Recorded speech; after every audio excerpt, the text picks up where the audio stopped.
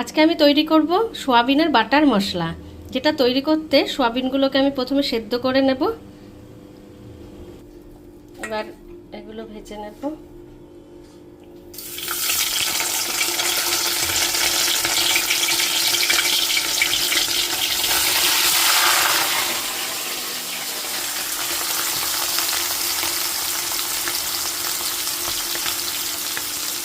এখন কি যাবে না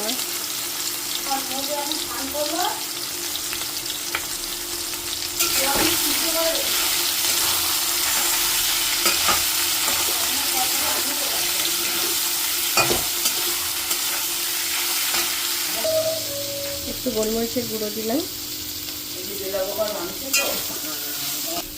গোলমরিচের গুঁড়ো নিলাম, তেল, কাজু বাদাম আর লঙ্কা এবার পেস্ট করে নেব। পেস্টটা দিয়ে দিলাম,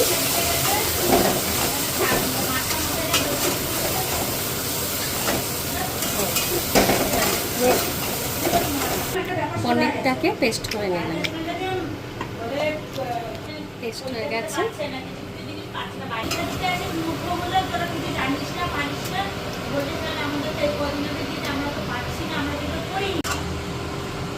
আমার হয়ে গেছে। এবার আমি বাটারটা প্রথমে দিই না, কারণ বাটারের গন্ধটা চলে যাবে। এখন আমি একটু বাটার দিয়ে দেব। আমি একটু বাটার দিয়ে দেবো। এবার এটাকে ভালো করে নাড়বো। আমার রান্নাটা হয়ে গেছে। এটা আপনারা ভাত বা রুটির সাথে বা পরোটার সাথে খুব ভালো খাবে।